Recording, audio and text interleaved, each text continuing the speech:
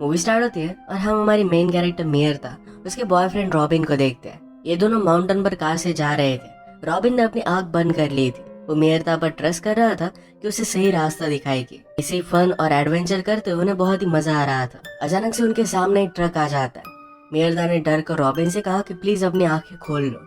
Robin उसकी बात नहीं मानता। मिर्ता जोर से चिल्लाती है पर बार बार वहां से वो बच गए थे। वो कहती कि तुम्हें किसी भी चीज को इतना एक्सट्रीम नहीं लेकर जाना चाहिए। रॉबिन के बारे में उसके पेरेंट्स ने उसे वार्न किया था पर मिर्ता ने कभी भी उनकी बात मानी नहीं थी। रॉबिन ड्रग्स करने लग जाता है तो मिर्ता ने कहा कि तुम्हें इसे छोड़ देना चाहिए। रॉबिन ने कहा कि अगर मैंने तुम्हें कहा कि तुम्हें भी ये ट्राई करना चाहिए तो तुम नहीं करोगे, तो इस तरीके से हम एक दूसरे को ऑर्डर नहीं दे सकते। मिर्ता ने कहा कि मैं तुम्हारे साथ ट्राई कर सकती हूँ। पहले तो रॉबिन इसके लिए उसे मना करता है पर बाद में वो मान गया। रॉबिन ने कहा कि हम दोनों जब एक साथ हैं तो हमें कोई भी जुदा नहीं कर सकता, कुछ भी हो जाए, पर फिर भी हम दोनों एक दूसरे के पास ही वापस आ जाएंगे। मिर्ता भी उसके साथ ही रहने का प्रॉमिस कर दिया। इसके बाद उन दोनों ने नशे किए और ड्रग ओवरडोज की वजह से दोनों की डेथ हो गई थी। रॉबिन का इस दुनिया में कोई भी नहीं था पर मिर्ता के पेरेंट्स बहुत ही अपसेट हो गए थे।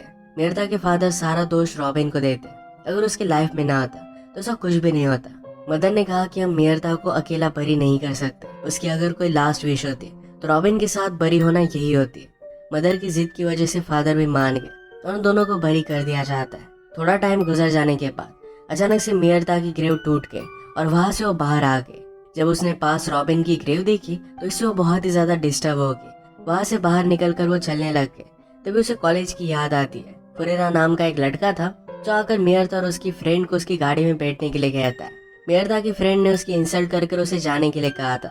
उसी गाड़ी में रॉबिन बैठा था और ये दोनों एक दूसरे को फर्स्ट टाइम वहीं पर देखते हैं। एक दिन मिर्ता अपने फ्रेंड के साथ पार्टी में गई थी। फ्रेंड जरा बिजी हो गई तो मिर्ता रॉबिन को नोटिस कर दिया। रॉबिन ने भी उसे नोटिस किया और वो डायरेक्टली उसके पास आने लग गया। मिर्ता वहां से भागने लग गई और रॉबिन उसे पकड़कर उठाकर फिर से पार्टी में लेकर आता है। इंस्टेंटली ये दोनों एक दूसरे को लाइक करने लग गए थे और एक साथ डांस करते हैं। थोड़ा टाइम गुजर जाने के बाद इनकी रिलेशनशिप बहुत ही अच्छे से चल रही थी। एक दूसरे के साथ ये बहुत सारा टाइम स्पेंड करते थे।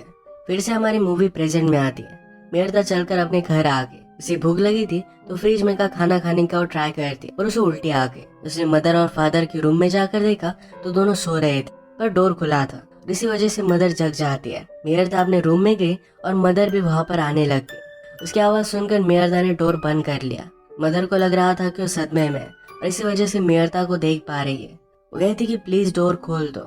मिर्ता ने डोर खोला तो मदर उसे हाथ लगा कर देखती है और मिर्ता वहां से भाग गई। मदर की आवाज सुनकर फादर भी वहां पर आ गए। उन्हें लगता है कि मदर ग्रेव में है और इसी वजह से उसे ये सब चीजें दिख रही है। मिर्ता जंगल से होते हुए जा रही थी तो बहुत सारे लोग टॉर्च लेकर उसे ढूंढने की कोशिश कर रहे थे। उसका नाम लेते और बाहर आने के लिए कहते हैं। वो ट्री के ऊपर चढ़ गई थी और उसे कोई भी ढूंढ नहीं पाता। उसके फटे हुए कपड़े उन्हें दिख जाते। मिर्ता वहां से भागकर फिर से रॉबिन की ग्रेव के पास आई। वहां पर लिखा था कि तुम्हारा सफर पीसफुल हो और ये मैसेज बिना जानते एक ऑर्गेनाइजेशन की तरफ से था। मिर्ता ने नोटिस किया कि अचानक से उसके हाथ काले पड़ रहे। वहां से भागे और थोड़ी देर में उसकी पूरी बॉडी पर वैसे ब्लैक मार्क्स आने लग गए थे। उसे बहुत तकलीफ होने लग जाती है। वो पास के कैफे में गई और वहां के वॉशरूम में उसने अपने नेल्स को चेक किया जो निकल रहे थे। स्लोली स्लोली उसकी बॉडी सड़ रही थी। उसकी आंखें पूरी तरीके से काली हो गई। उसने अंदर से सनग्लासेस चुरा लिए और वो एक क्लब में आ गए। क्लब में उसे एक आदमी ने अप्रोच किया जो उसे घर लेकर जाना चाहता था और मिर्ता वहां से चली जाती है। पार्टी में उसने रॉबिन के फ्रेंड फेरेरा को देखा।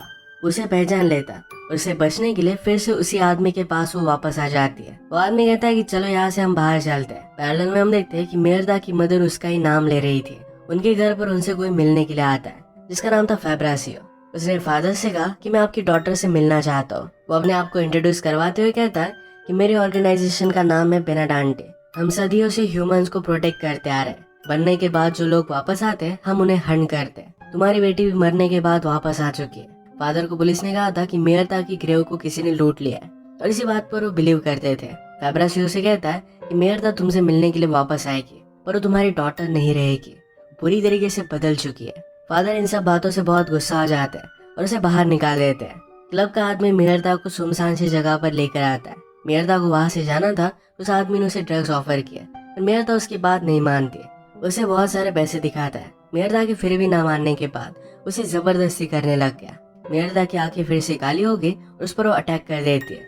उस आदमी का खून पीने के बाद वो फिर से नॉर्मल हो गई। उसकी आंखें ठीक हो गई और स्किन भी नॉर्मल हो जाती है। मेर्ता को फिर से रॉबिन की याद आती है। रॉबिन ने कहा था कि तुम्हें कभी भी किसी से डरना नहीं चाहिए। तुम इस वर्ल्ड में विक्टिम नहीं रह सकते, वरना लोग तुमसे सब कुछ छीन लेंगे। मेर्ता ने कैफे में से एक आदमी का फोन चुरा लिया और अपने फादर को कॉल करने का ट्राई कर दिया। उसे उनसे बात करने का करेज हो नहीं पाता। मेर्ता अपने कॉलेज के लिए अलग जगह पर रहती थी। वहाँ पर वो वापस आ गई। घर की काउच देखने के बाद उसे फिर से रॉबिन की याद आती है। रॉबिन ने उसे कहा कि मुझ पर ट्रस्ट करो और हम दोनों कभी भी एक दूसरे से जुदा नहीं होंगे। मेर्ता ने कहा कि इन सब बातों की वजह से मुझे तुमसे प्यार होने लग गया है। इसके बाद वो दोनों इंटीमेट हो गए थे। मेर्ता वही काउच पर सो गए और थोड़े टाइम में उसके फादर अपनी गर्लफ्रेंड के साथ वहाँ पर आ गए। मेर्ता को अपने फादर के अफेयर के बारे में पता नहीं था। उसकी डेथ के लिए फादर अपने आप को दोषी मान रहे थे। वो गर्लफ्रेंड से कहते कि मुझे रॉबिन और उसके बारे में पता था, पर फिर भी मैंने उन दोनों के लिए एक फ्लैट लेकर दिया। मुझे उसे इतनी फैसिलिटीज नहीं देनी चाहिए थी। गर्लफ्रेंड ने कहा कि इसमें तुम्हारा कोई भी दोष नहीं है। मेर्ता की पर्सनैलिटी वैसी थी, जो हुआ वो कभी ना कभी तो होने ही वाला था, तो अपने आप को दोष मत दो। वो दोनों इंटीमेट होने लग गए थे, पर फादर इसके लिए मना करते हैं। गर्लफ्रेंड को मेर्ता की आवाज आई और देखने के लिए चली गई, तो मेर्ता ने उस पर अटैक कर दिया और उसे मार डाल दिया। फादर भी देखने के लिए आए तो उनके भी वो पास आ रही थी, पर अचानक से घर में लोग अंदर घुस आते हैं। उन्होंने डायरेक्टली मेर्ता को शूट कर दिया। फादर ने उन्हें रोकने की कोशिश की, पर उन्हें भी वो मार डालते हैं। गोली लगने के बाद भी मेर्ता जिंदा थी। उसे बेहोश करने के लिए शॉक देने वाले थे, पर मेर्ता छुप गई। वहां से भागने के लिए खिड़की तोड़कर डायरेक्टली बिल्डिंग से जंप मार देती है। नीचे भी एक आदमी था जो उसे बहुत बार शूट करता है। मेर्ता को लेने के लिए बाइक पर कोई आ गया। वो कहती कि मैं तुम्हें हेल्प करना चाहती हूँ। जल्दी से वहां से उसे लेकर जाती है। एक मॉडल पर आकर मेर्ता की गोली निकालने के लिए उसने उसे हेल्प की। मेर्ता ने कहा कि ऑलरेडी मेरी डेथ हो चुकी है, फिर भी वो लोग मेरे पीछे क्यों है। उस दूसरी लड़की के कैरेक्टर को मूवी में नाम नहीं दिया गया। स्टेला कहती को बेनाडांटी है, एक ऐसी ऑर्गेनाइजेशन है जो हमेशा ह्यूमंस को प्रोटेक्ट करते हैं। इस सदियों से ये काम करते आ रहे हैं। पहले वो विचेस, वैम्पायर, इन सब लोगों को हंट करते थे, उनमें हम भी थे। अब बाकी कोई बचा नहीं तो हम लोगों को ही हंट करते हैं। उनके पास बहुत सारे पैसे हैं, पूरे वर्ल्ड में उनके ब्रांचेस है। अगर उन्हें कोई काम करता हुआ देख लेता है तो उसे भी वो मार डालते हैं। मेर्ता ने पूछा कि ऐसा हुआ कैसे। स्टेला कहती कि जब किसी की भी वायलेंट डेथ होती है तो कभी कभी वो वापस आ जाते हैं। वो भी मेर्ता की जैसे ही थी। एक बार कुछ लड़कों ने उसे जबरदस्ती की थी और उनके लिए वो भारी पड़ रही थी। उन लड़कों ने फिर वायलेंटली उसे मार डाला था। स्टेला ने वापस आने के बाद सब लोगों से बदला लिया और रात में स्टेला अलग अलग जगह पर घूमकर अगर किसी के साथ कोई गलत कर रहा है तो उन्हें वो मार डालती है। इससे उसकी भूख भी खत्म हो जाती है और किसी के साथ कुछ भी बुरा नहीं होता। अपने शिकार को बेहोश कैसे करना है, कैसे खाना है, ये सब कुछ स्टेला मेर्ता को सिखा देती है। वो किसी भी आदमी को मरने के बाद नहीं खा सकते, उसे वो जिंदा ही चाहिए। एक लड़का एक लड़की के साथ जबरदस्ती कर रहा था तो दोनों मिलकर उसे मार डालते हैं। इसके बाद वहां से वो भाग रहे थे। मेर्ता ने कहा कि मुझे रॉबिन के पास वापस जाना है, शायद वो वापस आ जाए। स्टेला ने कहा कि हर कोई वापस नहीं आता। मेर्ता इस बात के लिए नहीं मानने वाली थी और स्टेला भी गाड़ी नहीं रोकने वाली। चलती गाड़ी से मेर्ता नीचे कूद गई। वो डायरेक्टली रॉबिन के ग्रेव के पास आए। वहां पर उसे रॉबिन का फ्रेंड फेरेरा दिखा। फेरेरा नशे में था तो उसे लगा कि शायद मेर्ता को देख पा रहा। मेर्ता फिर उसके साथ उसके घर पर आ जाती है। फ्रेश होने के बाद मेर्ता ने अपने बारे में सब कुछ उसे बता दिया। फेरेरा कहता है कि जिस तरीके से तुम लोगों की हंट करती हो वैसे रॉबिन ने उसके फ्रेंड की हंट होती देखी थी। उसका भी किसी ने जिंदा खून चूस लिया था। उसके बाद रॉबिन अजीबोगरीब लोगों के साथ रहने लग गया था। मेर्ता को इस बारे में पता नहीं था। फेरेरा कहता है कि तुम रॉबिन की फर्स्ट प्रायोरिटी थी। उसके बाद ही बाकी कोई और आता था। उसका हाथ लेता है और उसने म्यूजिक चलाया। उसके साथ वो डांस करने लग गया। वो कहता है कि मैं बहुत टाइम से तुम्हें पाना चाहता था। उसे किस करने लग गया। मेर्ता कहती कि इसका अंत बहुत बुरा होगा। फेरेरा मानता नहीं और मेर्ता उसे मारने के लिए आ रही थी तो खुद अपना गला काट लेता है। स्टेला जिस जगह पर छुपी हुई थी वहाँ पर फेब्राशियो के आदमी आ जाते हैं, उसे मार मार कर और फाइनली शॉक देकर उसे बेहोश कर देते हैं। मेर्ता गुस्से में रॉबिन के ग्रेव तक आई। उसने ग्रेव को तोड़ दिया तो देखती कि अंदर कोई भी नहीं है। वहाँ पर भी फेब्राशियो के आदमी आ गए थे। वो भी मेर्ता को शॉक देकर बेहोश कर देते हैं। जब वो उठी तो बंदी हुई थी। फेब्राशियो ने कहा कि हम तुम्हें ऐसे ही मार नहीं सकते, तुम बहुत स्ट्रांग हो। तुम्हें खाना नहीं मिलेगा तो तुम्हारी बॉडी सड़ने लग जाएगी। हम तुम्हें बहुत मारेंगे जिससे तुम फास्ट मरोगी। तुम जैसे लोगों ने हमें बहुत तकलीफ दी है, पर तुम्हारे जैसा एक आदमी अब हमारे पास है। दूसरे रूम में से रॉबिन बाहर आता है। उसने मेर्ता को अनलॉक किया और अपने साथ वो लेकर गया। वो दोनों फिर इंटीमेट हो जाते हैं। रॉबिन कहता है कि एक ज़ॉम्बी ने मेरे फ्रेंड को मार दिया था, पर तब मैं कुछ कर नहीं पाया। फेब्राशियो ने मुझे एक गोल दिया। वो तब से उनके लिए काम करता था। वो कहता है कि जब मैं तुमसे मिला तो मेरी लाइफ की तुम सबसे ब्यूटीफुल चीज थी। मैं कभी भी तुम्हें खोना नहीं चाहता था। मेर्ता समझ जाती है कि उस दिन जब रॉबिन ने उसे ड्रग्स दिए थे उसे पता था कि उन्हें ओवरडोज होगा और मरने के बाद वो वापस आ जाएंगे। ये रियलाइज करने के बाद उसे बहुत बुरा लगता है। वहाँ से बाहर निकली तो स्टेला की चीखें उसे सुनाई देती है। वो आकर फेब्रासियो को मार देती है। स्टेला को जब वो लेकर जा रही थी तो एक आदमी उसे बहुत मारता है। वो जमीन पर थी और उस आदमी के पैर को उसने काट लिया। एक आदमी डंडा लेकर उसके पीछे आया, दूसरी का डंडा लेकर उसे वो मार डालती है।